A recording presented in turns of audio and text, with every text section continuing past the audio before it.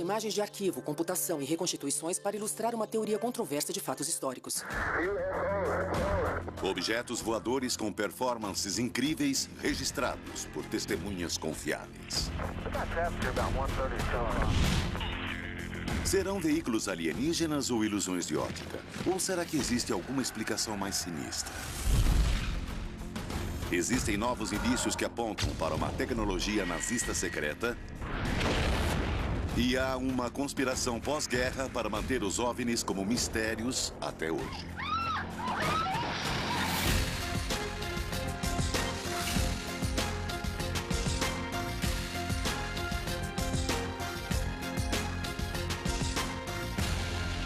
OVNI nazista.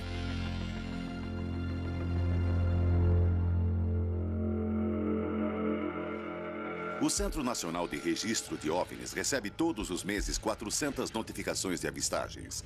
Objetos em forma de disco, naves triangulares e luzes voadoras são as descrições mais comuns. Muitos acreditam que os OVNIs vêm do espaço sideral. Mas existe outra teoria, de que o que chamamos de OVNI foi criado na Segunda Guerra Mundial, na Alemanha de Hitler. Novas pesquisas revelam que os engenheiros nazistas trabalharam em naves em forma de disco, decolagem vertical e sistemas avançados de propulsão. Depois da guerra, os militares norte-americanos levaram esses projetos aos Estados Unidos, junto com centenas de cientistas e engenheiros alemães. 2 anos mais tarde, em 1947, os Estados Unidos tiveram sua primeira onda de avistagens de OVNIs, assim como o resto do mundo.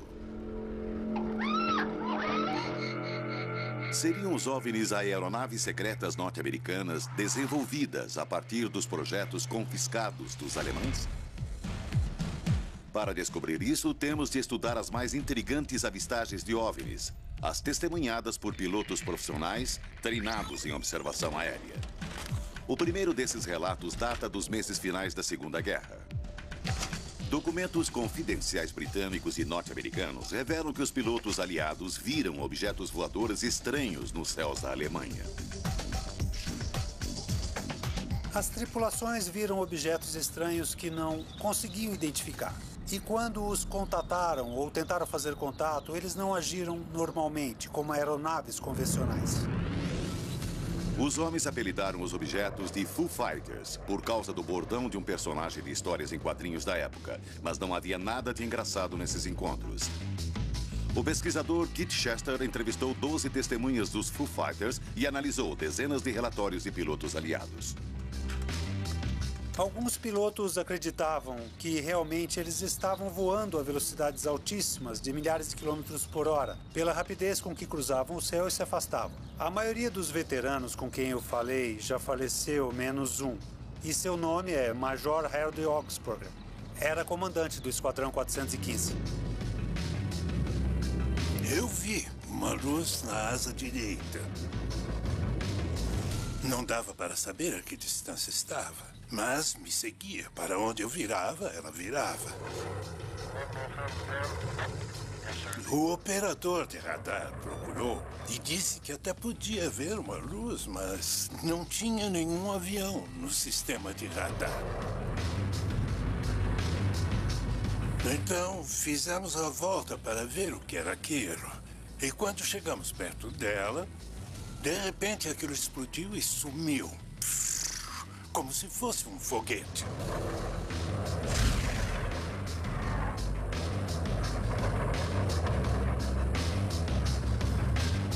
No começo, eles mantiveram silêncio sobre o que tinham visto. Era uma coisa secreta. Ninguém tocava no assunto. As avistagens de Foo Fighters percorreram toda a cadeia de comando das Forças Armadas norte-americanas. Muitos acreditaram que eram armas secretas alemãs. Alguns cientistas de Washington foram para a França para tentar investigar o que era aquilo e eles não tiveram resposta. E então eles disseram aos homens para ficarem quietos. Mas os relatórios vazaram e os grandes jornais estamparam manchetes sobre os objetos misteriosos. Bolas de fogo estavam perseguindo caças americanos. Os aliados tinham boas razões para temer qualquer nova arma alemã. Mísseis V1 e V2 estavam caindo sobre a Inglaterra. Os caças nazistas atiravam contra os bombardeiros aliados e Hitler falava sobre novas armas espetaculares que estavam sendo desenvolvidas para dar a vitória à Alemanha. Se os Foo Fighters que perseguiam os aviões aliados eram mesmo armas secretas nazistas, deveriam estar vindo de instalações alemãs altamente secretas, numa série de bunkers subterrâneos. Desde o verão de 1944, a máquina de guerra alemã havia se mudado para baixo da terra para escapar do pesado bombardeio aliado. Na Polônia, na Áustria e na antiga Tchecoslováquia, vastos complexos subterrâneos foram escavados com trabalho escravo. Aquelas instalações abrigavam fábricas de munição e de motores de aeronaves. Era lá que trabalhavam os cientistas de Hitler, homens com a missão de criar a arma definitiva que traria a vitória à Alemanha. Os revolucionários aviões a jato de Hans von Hohenheim cruzavam os céus. Os irmãos Horten construíam aeronaves super avançadas em forma de asa delta. Alexander Lippisch trabalhava numa aeronave de decolagem vertical. Em Peenemünde, o lendário engenheiro de foguetes Werner von Braun construiu os primeiros mísseis balísticos. E mais radical ainda, homens como Victor Schauberger pesquisavam novas fontes de propulsão. É um belo exercício tentar imaginar o que aqueles caras estavam pensando, porque era tudo tão novo e permitiu a eles entrarem em áreas muito além dos paradigmas ocidentais, além do que dizia a ciência ocidental. Isto é que é a ciência. E os nazistas disseram, não, isto é que é a ciência. Essa operação imensa estava sob o comando do general da SS, Dr. Hans Kammler. Engenheiro de profissão, Kammler redesenhou os fornos de Auschwitz para maior eficiência. Em 1943, ele liderou a destruição do gueto de Varsóvia. E em 1944 passou a comandar o programa nazista de armas secretas. Trabalhando no complexo de Skoda em Pilsen, na antiga Tchecoslováquia, Kammler e um grupo seleto criaram, testaram e aprovaram projetos de armas avançadas. Algumas eram tão radicais que poucas pessoas conheciam todos os detalhes. Channel. Os alemães trabalharam em vários, eu diria, sistemas de armas aéreas não convencionais para construir alguns objetos mais ou menos circulares, de decolagem e pouso vertical, por exemplo. A decolagem vertical era a prioridade máxima para a equipe de Kammler. As estradas alemãs estavam sendo destruídas pelas bombas. Eles precisavam de uma aeronave que não dependesse de uma pista de 250 metros. Um dos projetos era promissor. Die Glock, o sino. Igor Witkowski é um historiador aeroespacial polonês. Ele pesquisa o sino há mais de 20 anos. E suas pesquisas mostraram que o artefato foi testado numa instalação subterrânea chamada Mina Wenceslas. A aparência externa do artefato era devido a uma cobertura de cerâmica na forma de sino. Dentro dele havia um centro, um eixo, em volta do qual havia 2 cilindros, que circulavam o eixo em direções opostas.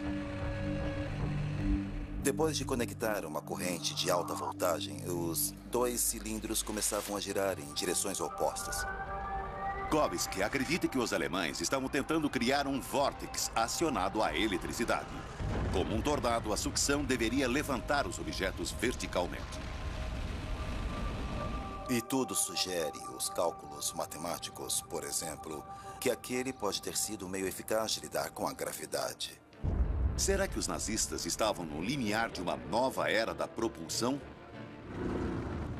Em abril de 1945, os aliados tinham derrotado as forças de Hitler e havia chegado a hora dos cientistas e engenheiros saírem da Alemanha. A questão era, para onde iriam e o que aconteceria com seus projetos? Será que o OVNI, que caiu 20 anos depois na Pensilvânia, tem essa resposta? Há muitos registros de OVNIs no nosso espaço aéreo. Ele sobrevoou a vila e Saiu do nosso campo de visão. Serão os OVNIs veículos extraterrestres ou existe alguma explicação mais terrena para eles? Documentos revelam que durante a Segunda Guerra, os nazistas trabalharam em projetos bem radicais de aviões e na decolagem vertical. Um dos projetos, o Sino, se mostrava promissor. No fim da guerra, ele desapareceu. 20 anos depois, uma coisa estranha aconteceu na Pensilvânia. 9 de dezembro de 1965, 4h30 da tarde. Testemunhas oculares falam de um OVNI que caiu numa região de mata nos arredores de Kecksburg, na Pensilvânia.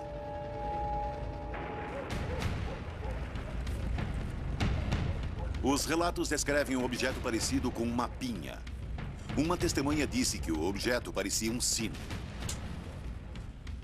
Stan Gordon é um estudioso especialista no incidente de Kecksburg.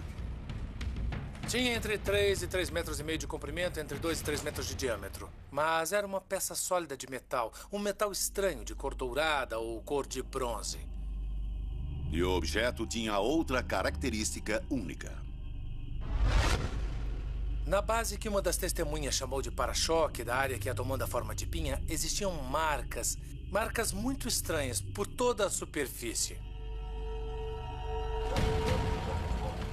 No local da queda, os residentes de Kecksburg logo perceberam que sua presença não era bem-vinda.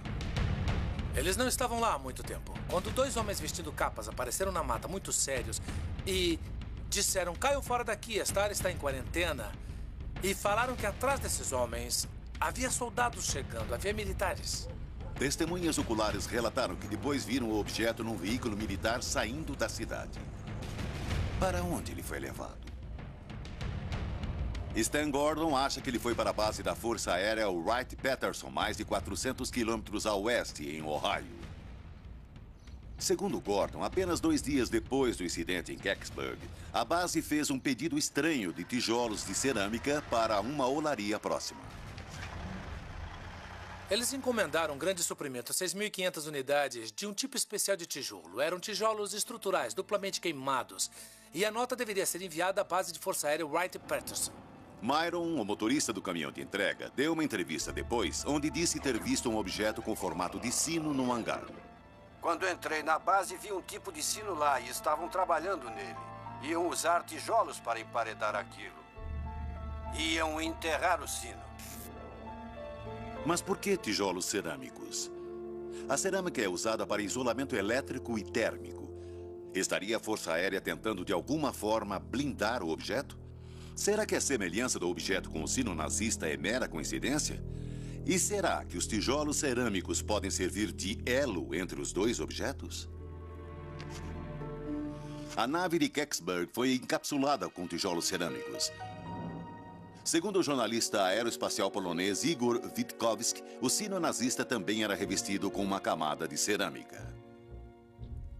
Witkowski acredita que o sino foi testado aqui, numa misteriosa estrutura na Polônia chamada de Range. O Range fica em um terreno alagado. E esse terreno foi coberto com ladrilhos cerâmicos. O sino nazista tinha outro sinal característico: as marcas.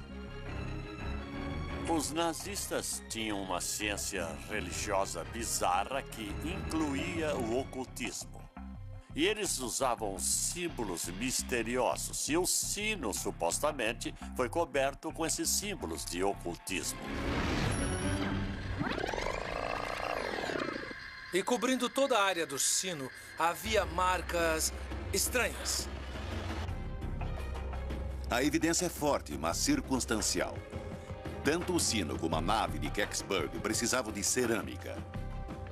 Fisicamente, eles são semelhantes. E ambos traziam símbolos estranhos.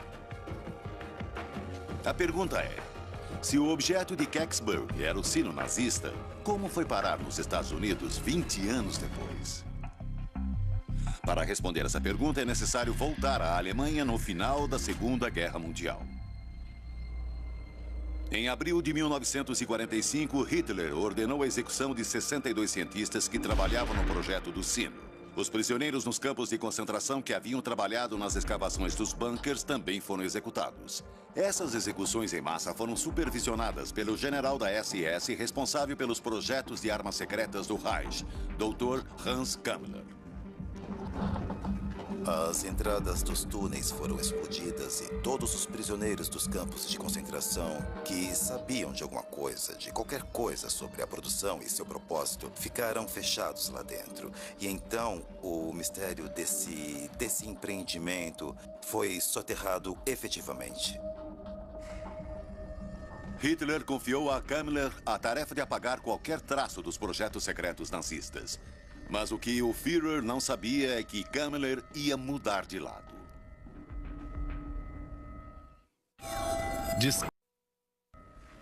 Em 1981, o ex-ministro do Armamento e Munições de Hitler, Albert Speer, confessou que Kammler havia lhe dito que estava planejando entregar os segredos aos norte-americanos em troca de imunidade. Será que Kammler mudou de lado? Em abril de 1945, o homem que tinha acesso aos caças Delta dos irmãos Horten, que supervisionou a revolução dos jatos de von Hohenheim, os mísseis balísticos de von Braun, a nave de Schauberger e o misterioso sino, saiu da base em Pilsen e desapareceu para sempre. Na verdade, nós não sabemos o que aconteceu com Hans Kammler no final da guerra. Ele sumiu, desapareceu e ninguém foi capaz de encontrá-lo.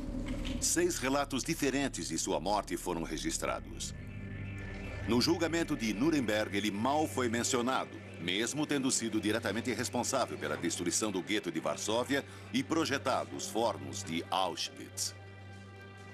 Outros oficiais da SS que estavam mortos ou desaparecidos foram julgados à revelia.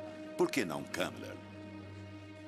Terá sido um descuido dos aliados ou será que Kammler levou adiante seu plano de entregar os segredos aos Estados Unidos? Kammler devia ter um trunfo nas mãos, por exemplo, para os russos ou para os americanos, como especialista. Se ele fosse para os Estados Unidos, se reuniria às mais brilhantes mentes da Alemanha. Numa operação secreta chamada Paperclip, as Forças Armadas norte-americanas transportaram engenheiros e cientistas nazistas para os Estados Unidos. O público norte-americano sabia de alguns nazistas resgatados. Werner von Braun era o garoto propaganda do programa. A maioria das pessoas que ouviu falar do projeto e do transporte de cientistas nazistas para os Estados Unidos pensava que eram apenas algumas centenas. Documentos confidenciais do Arquivo Nacional indicam que o verdadeiro número de cientistas chegava a milhares. Von Hohenheim, o pioneiro dos jatos alemães, foi para a base da Força Aérea Wright-Patterson. Alexander Lippisch, especialista em decolagem vertical, foi para White Sands, no Novo México. Eles trouxeram protótipos, como o dos caças Delta dos irmãos Horten e uma montanha de documentos. Em 1946, a Alemanha nazista tinha sido pilhada. Um ano depois, com todos os cientistas nazistas nos Estados Unidos, a primeira onda de avistagens de OVNIs começou. Bom, você não acha que isso parece exatamente o que descrevemos, Jack. Foi isso mesmo que vimos. Será coincidência? Ou uma investigação mais cuidadosa da mais famosa avistagem de OVNIs em Roswell, Novo México, poderá revelar um novo e mais obscuro segredo. Junho de 1947. Kenneth Arnold, um piloto de 42 anos, faz o primeiro relato documentado de uma avistagem de OVNI nos Estados Unidos. Sobrevoando o estado de Washington, ele viu uma formação de aeronaves em forma decrescente com um padrão de voo muito peculiar. O Dr. Bruce McAbee é um físico especializado em óptica que investigou o caso Arnold. Não tinham asas, não dava para ver as asas, motores, estabilizadores verticais, nada do que é normal. Mas ele presumiu que era um novo tipo de aeronave. A descrição de Arnold dos movimentos das naves gerou pela primeira vez a expressão disco voador. 2 semanas depois, os Estados Unidos passaram pelo incidente com OVNIs mais famoso de todos os tempos. Julho de 1947. Um objeto cai perto da base aérea de Roswell, no Novo México. Depois de investigar o local da queda, a Força Aérea divulgou um comunicado à imprensa. A base aérea de Roswell enviou um comunicado à imprensa falando sobre um disco voador que havia caído no deserto. Poucas horas depois do primeiro comunicado à imprensa, a Força Aérea emitiu outro, dizendo que o objeto em questão era um balão meteorológico. Um erro inocente ou desinformação deliberada? Desde o começo, existia alguma coisa que eles não queriam que o público soubesse. Se eles não estavam escondendo uma nave extraterrestre em Roswell, o que era aquilo, afinal? Será que mais investigações darão alguma pista que leve à tecnologia nazista? Para mim, o elo mais consistente entre o evento de Roswell e os nazistas é exatamente o formato da aeronave. A aeronave era parecida com um caça Delta. E todos sabem que os nazistas estavam trabalhando em caças Delta. A queda de Roswell aconteceu a pouca distância de voo de White Sands, a base da Força Aérea para onde foram levados os caças Delta dos irmãos Horten. Roswell aconteceu 2 semanas depois de Kenneth Arnold ter registrado a primeira avistagem documentada de um OVNI. Seria isso que a Força Aérea tentava encobrir? O protótipo de um caça-delta feito pelos norte-americanos com base na tecnologia nazista? Depois de Roswell, as avistagens de OVNIs começaram a aumentar, chegando ao clímax na década de 50. Discos voadores são vistos em toda parte. Muitos desses discos fantásticos voam pelo ar. Você já viu algum? Havia dezenas de milhares de avistagens. E está bem documentado agora que existia algum tipo de guerra aérea sobre a América em 1952. O público se convenceu de que a invasão extraterrestre havia começado. Até o presidente Truman entrou em cena. Existem coisas assim acontecendo. Discos voadores, sabe? No fim dos anos 50, a cultura popular reforçou a mensagem. OVNI significava extraterrestre. Discos voadores vinham do espaço sideral. Em 1952, a Força Aérea Norte-Americana criou o projeto Blue Book. Com uma força-tarefa instalada na base aérea Wright-Patterson, o projeto Blue Book coletava e avaliava relatórios de avistagens. Uma análise desses testemunhos oculares mostra que Roswell não foi o único incidente com OVNI perto das bases ultra-secretas norte-americanas. Ocorreu um grande número de avistagens perto dos hotspots. Hotspots são as mais secretas e bem guardadas bases militares. Na maioria, as bases para onde os cientistas alemães foram levados na Operação Paperclip. A base aérea de Wright-Patterson era um desses hotspots. Os primeiros relatórios diziam que os destroços do acidente de Roswell haviam sido levados para lá. O quartel-general do projeto Blue Book também era lá. Em 1965, o objeto de Kecksburg foi visto dentro de um dos hangares. E era lá que ficavam os mais brilhantes cientistas nazistas. O Dr. Paul Kziz é um engenheiro aeronáutico aposentado. Ele trabalhou com cientistas alemães do projeto Paperclip em Wright-Patterson no fim dos anos 50. Eu trabalhei com 7 deles. Havia provavelmente uns 40 em Wright-Patterson.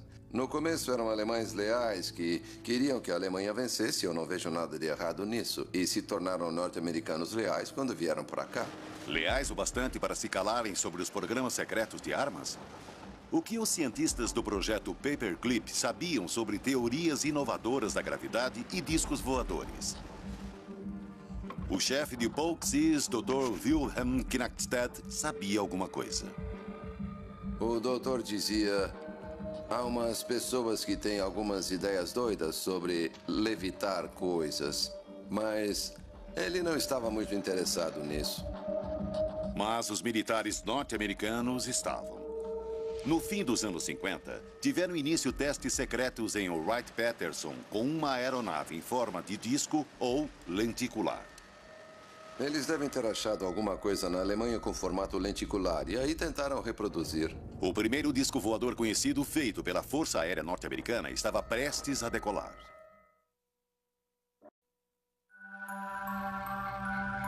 Nos anos 50, os incidentes com OVNIs aumentaram nos Estados Unidos. Seriam aqueles objetos naves alienígenas de outros planetas? Ou existe uma explicação mais terrena? Documentos confidenciais trazidos a público em 1995 mostram que, nos anos 50, a Força Aérea investiu $5 milhões num programa ultra-secreto chamado Projeto Silverbug. Desenvolvido pela empresa estatal Avro-Canadá em Toronto, o projeto se concentrou numa nova aeronave radical, o Avrocar.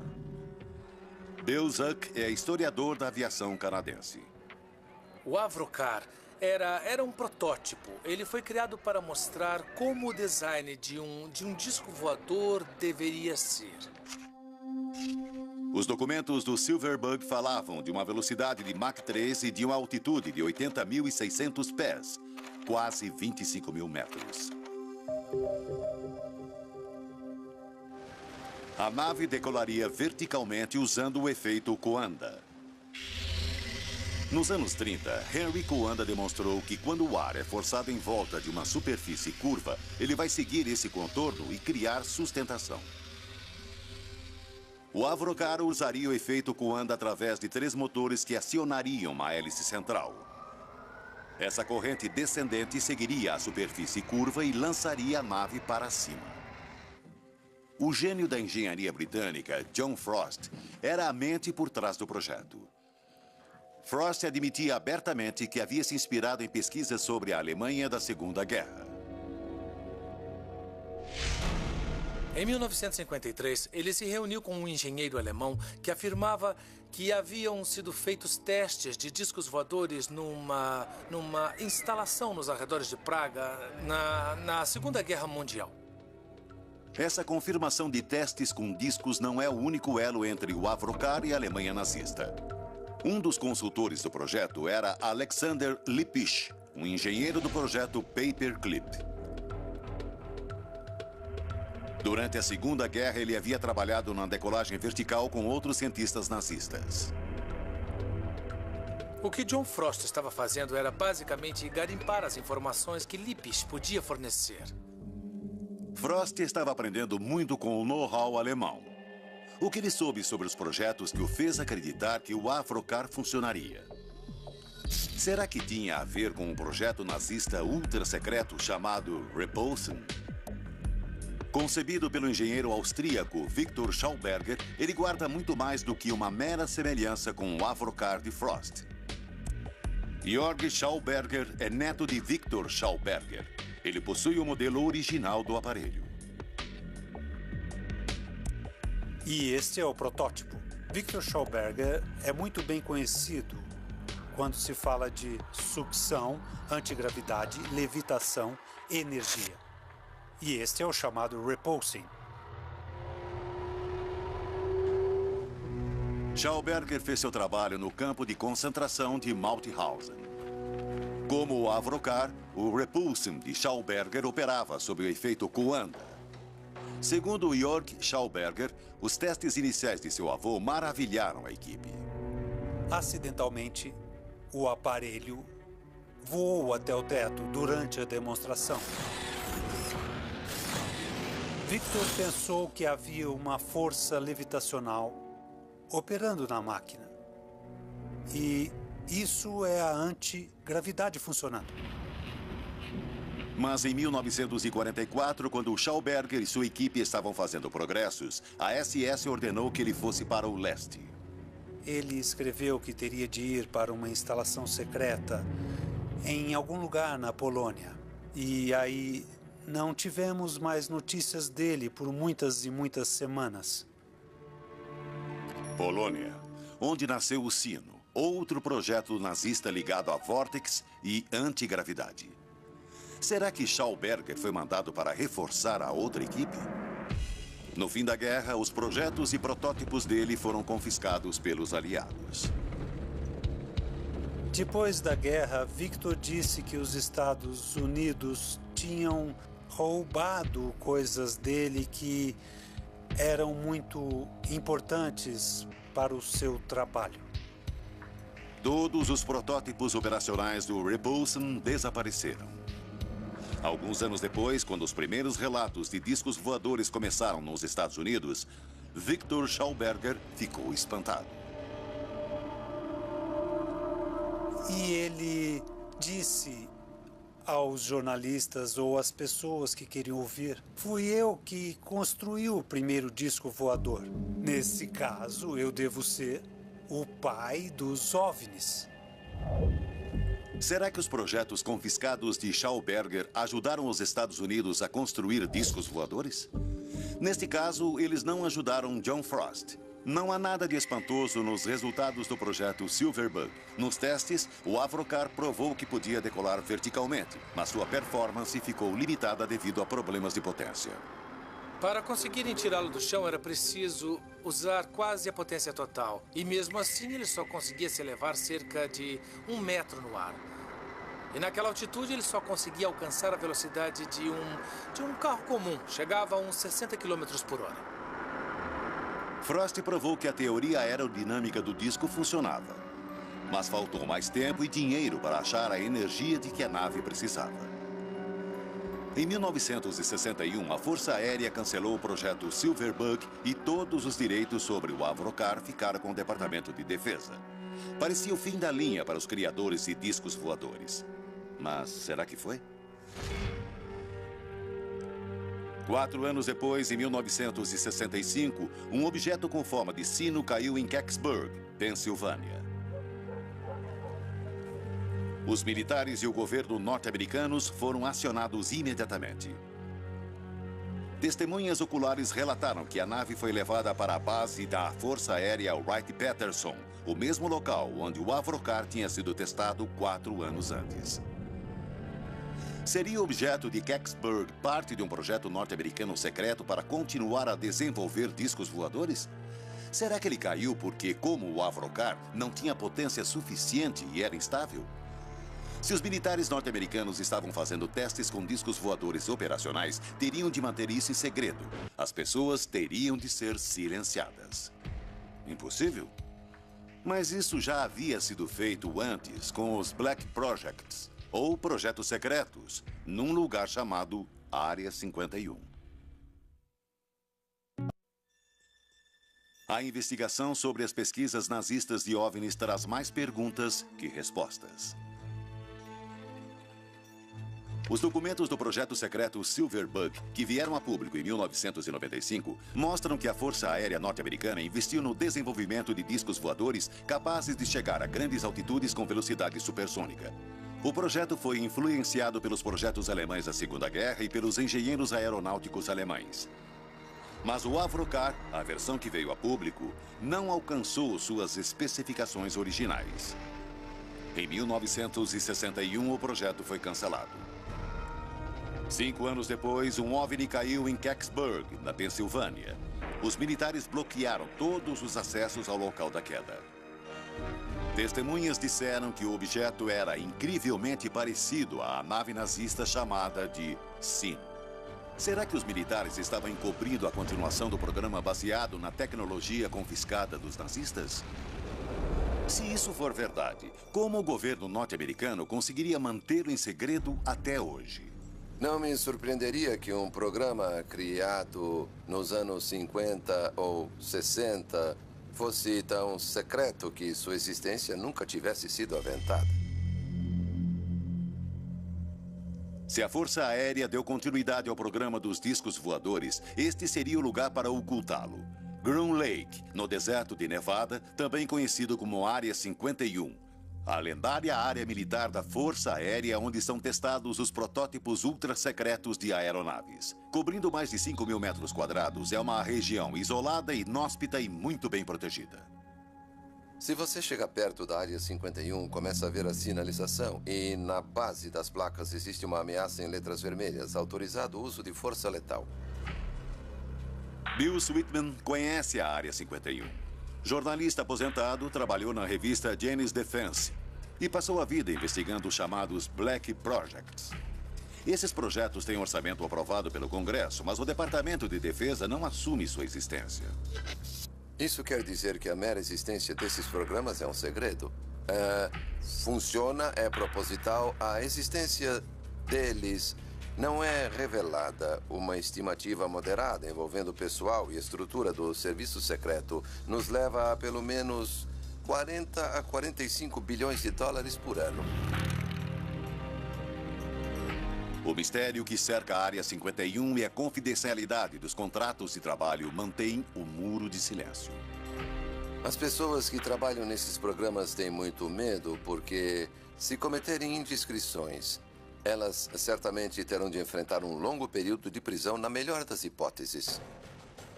O medo garante o silêncio. Em 1975, teve início o programa Stealth para desenvolver caças invisíveis aos radares inimigos. A coordenação do projeto ficava numa instalação de segurança na base Wright-Patterson. Os testes de voo aconteciam à noite. Nem o comandante de Wright-Patterson sabia o que estava acontecendo. Por 13 anos, o projeto foi mantido em segredo, até 1988, quando o mundo teve a primeira visão do incrível F-117. E aí veio o programa mais secreto de todos. O bombardeiro invisível Northrop B-2. Jack Northrop sempre fora fascinado pela ideia dos caças Delta e sabia que a melhor maneira de reduzir o arrasto é remover a cauda e a fuselagem. Os engenheiros nazistas já haviam provado que isso era possível, com o Horten H-9. Havia inclusive o exemplo de uma aeronave que nunca tinha voado, mas tinha sobrevivido e sido confiscada pelos Estados Unidos, sendo guardada na base da Força Aérea Wright-Patterson. Quando o bombardeiro B-2 foi exibido ao público em 1988, mostrava uma incrível semelhança com o caça Delta alemão H-9 e com o famoso OVNI visto por Kenneth Arnold. Será que todos eles eram parte da evolução do mesmo design por 50 anos? Um processo que resultou numa aeronave feita pelo homem que o público podia facilmente confundir com um OVNI? O fato é que se uma dessas aeronaves fosse avistada ou caísse na fase experimental, os militares teriam de inventar alguma história para contar ao público. Teriam de garantir que os objetos avistados não eram aviões experimentais ultra-secretos. Poderiam até sugerir que esses objetos eram naves vindas de outros planetas. A Força Aérea manipulou conscientemente o mito dos OVNIs para encobrir os programas secretos que estavam sendo desenvolvidos. Em 1997, a CIA admitiu seu envolvimento ativo na contra-informação sobre os OVNIs. Toda vez que você começa a falar na Área 51, alguém começa a falar sobre OVNIs e extraterrestres cinzentos. Se isso é mesmo o resultado de um trabalho de contra-informação, eu gostaria de conhecer o responsável e cumprimentá-lo, porque ele é muito, muito bom. Então, o que acontece na Área 51? Ela ainda emprega milhares de pessoas. Embora a última aeronave testada ali dentro, o Tasty Blue, tenha sido desenvolvida em 1976. Temos de 25 a 30 anos de programas secretos. Centenas de bilhões de dólares gastos. E não sabemos nada a respeito. Horten H-9, Stealth, F-117, B-2. A Força Aérea Norte-Americana tem conseguido esconder seus programas secretos e qualquer prova de discos voadores. Mas e os outros países? Outras avistagens? Existe uma explicação para os incríveis relatos de OVNIs fora dos Estados Unidos? Uma explicação que possa nos levar de volta aos engenheiros nazistas?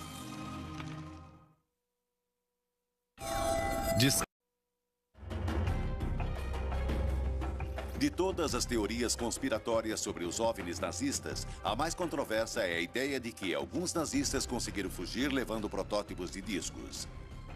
E há indícios claros de que um certo número de oficiais da elite da SS escaparam dos aliados e desapareceram. No extremo sul da América Latina, particularmente Argentina, Uruguai e Paraguai, existe até hoje uma grande presença alemã. Um homem que nunca mais apareceu foi o general Hans Kammler, o responsável pelo programa alemão de armas secretas. Se alguém sabia a verdade sobre a tecnologia dos discos, era ele. Em 17 de abril de 1945, Kammler mandou seu último telegrama. Nele, recusava um pedido do chefe da SS, Heinrich Himmler, de enviar um caminhão Junkers. Por que Himmler pediria um caminhão? E por que Kammler não atendeu seu chefe? Alguns acreditam que caminhão era o apelido do Junkers Ju-390, um avião de 6 motores capaz de voar 6.000 milhas, quase 10.000 quilômetros, sem parar. Só 2 foram construídos, e Kammler tinha um. Depois da guerra, esse avião nunca foi encontrado. Será que Kammler usou o próprio avião para escapar? Se fez isso, para onde foi e o que levou consigo? Em 1945, uma súbita explosão de avistagens de OVNIs aconteceu na América do Sul. Será que os engenheiros nazistas criaram uma nova base? Houve milhares de avistagens nos anos consecutivos à guerra, muitas mais do que na América do Norte. O que indica a possibilidade dos nazistas terem voado para a América do Sul e continuado a operar seus aviões a partir dessas novas bases.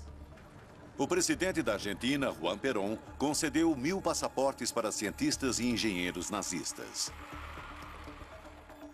Os criminosos de guerra Klaus Barbie e Adolf Eichmann foram localizados na América do Sul. Heimar Horten, pioneiro dos caças Delta, mudou-se para a Argentina em 1948. Desde então, o número de relatos de OVNIs cresceu em toda a América do Sul, como aconteceu nos Estados Unidos. A conspiração dos OVNIs nazistas é uma teoria complexa e baseada em provas circunstanciais. Em 1944, pilotos aliados veem OVNIs sobre a Alemanha. Em instalações subterrâneas, os nazistas estão construindo aeronaves e sistemas de propulsão ultra-secretos. A guerra termina e o general responsável pelos programas desaparece sem deixar rastros. Seus cientistas, sua pesquisa e protótipos são confiscados pelos militares norte-americanos e enviados aos Estados Unidos. 2 anos depois começa a primeira onda de avistagens de OVNIs da América do Norte. Seriam, na verdade, protótipos norte-americanos dos caças Delta nazistas H-9? No fim dos anos 50, a Força Aérea Norte-Americana lança o Avrocar, um disco voador semelhante a uma nave secreta nazista chamada Repulse. E em 1965, um OVNI cai em Kecksburg, na Pensilvânia. As testemunhas falam em formato de sino, coberto com marcas estranhas, semelhante a um artefato nazista construído no final da guerra. Todos esses indícios levam diretamente a uma conspiração dos OVNIs. Será que os nazistas foram bem-sucedidos na construção de protótipos de disco? Será que o governo norte-americano e os de outros países desenvolveram tudo em segredo? Todos os objetos avistados seriam apenas naves feitas pelo homem? Os governos e suas forças armadas revelarão algum dia a verdade sobre a presença dos OVNIs no nosso espaço aéreo? Seria um duro golpe contra a credibilidade do governo norte-americano ter de admitir de repente que os discos voadores são reais. Muitas pessoas me perguntam, quando você acha que o governo vai confessar os fatos? E eu digo, acho que nunca vai fazer isso. A conspiração dos OVNIs nazistas continua.